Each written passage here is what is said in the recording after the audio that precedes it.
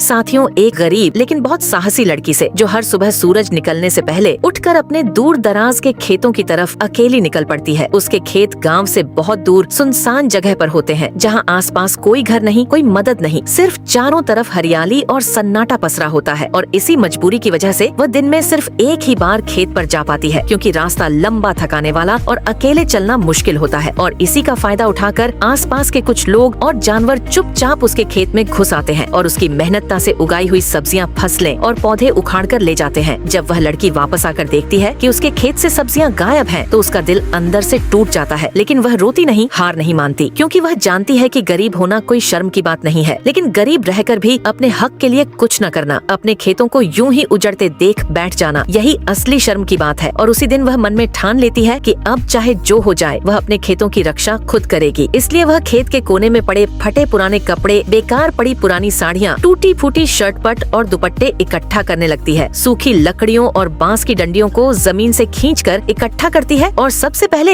एक आदमी जैसा ढांचा बनाती है। उसमें अंदर से बहुत सारा कपड़ा, घास, सूखे पत्ते और प्लास्टिक की थैलियां ठूस ठूस कर भरती है, ताकि वह मोटा तगड़ा दिखे। फिर उसके ऊपर शर्ट पहनाती है और गले में एक पुराना गमछा डाल देती है, ताकि दूर से देखने पर लगे कि कोई इंसान खड़ा है। उसके बाद वह दूसरी तरफ एक और ढांचा बनाती है, जो औरत जैसा दिखाई दे। उसके अंदर भी वह कपड़े, घास और भूसे की तहें भर देती है, ताकि वह असली शरीर जैसा लगे। फिर उस पुतले को वह साड़ी पहनानी शुरू कर देती है। कमर में साड़ी को अच्छे से लपेटती है, सिर पर पल्लू ऐसे डालती है जैसे कोई औरत खेत की रखवाली के लिए खड़ी हो। उसके माथे के पास एक लाल कपड़े का छोटा टुकड़ा बांधती है, ताकि दूर से चेहरा जैसा भ्रम हो जाए। और दोनों पुतलों को वह खेत के बिल्कुल बीचों बीच गाड़ देती है। उन्हें इस तरह खड़ा करती है कि हवा में उनके कपड़े हल्के हल्के हिलते रहे और दूर से देखने पर ऐसा लगे जैसे दो इंसान खेत के अंदर घूम रहे हो। ये सब करते वक्त उसके हाथों में छाले पड़ जाते हैं, पैरों में मिट्टी चिपक जाती है, पसीने की बूंदें उसके माथे से बहने लगती हैं। पर उसके दिल में सिर्फ एक ही बात चलती रहती है कि गरीब हूँ तो क्या हुआ, मैं कमजोर नहीं हूँ, मेरे खेत मेरी इज्जत है और उन्हें मैं यूं ही उजड़ने नहीं दूंगी। और फिर वह दोनों पुतलों के कपड़ों को आखिरी बार ठीक करती है, उनकी बाहों को फैलाकर उन्हें ऐसे खड़ा करती है जैसे वह हर तरफ नजर रख रहे हो। और दोस्तों, अब खेत के बीचों बीच वह दोनों पुतले पूरी तरह तैयार खड़े हैं। साथियों, चोर सब्जियां चुराने आया है, लेकिन आगे देखने से पहले जो बच्चा परीक्षा में पास होना चाहता है, जो सच में अच्छे नंबर लाना चाहता है, वह इस वीडियो को लाइक करे, चैनल को सब्सक्राइब करें और कमेंट में लिखे जय माँ सरस्वती। आशीर्वाद है साथियों। देखो, जब चोर उस पुतले को देखता है तो वहाँ से बिना कुछ लिए डर कर भाग जाता है।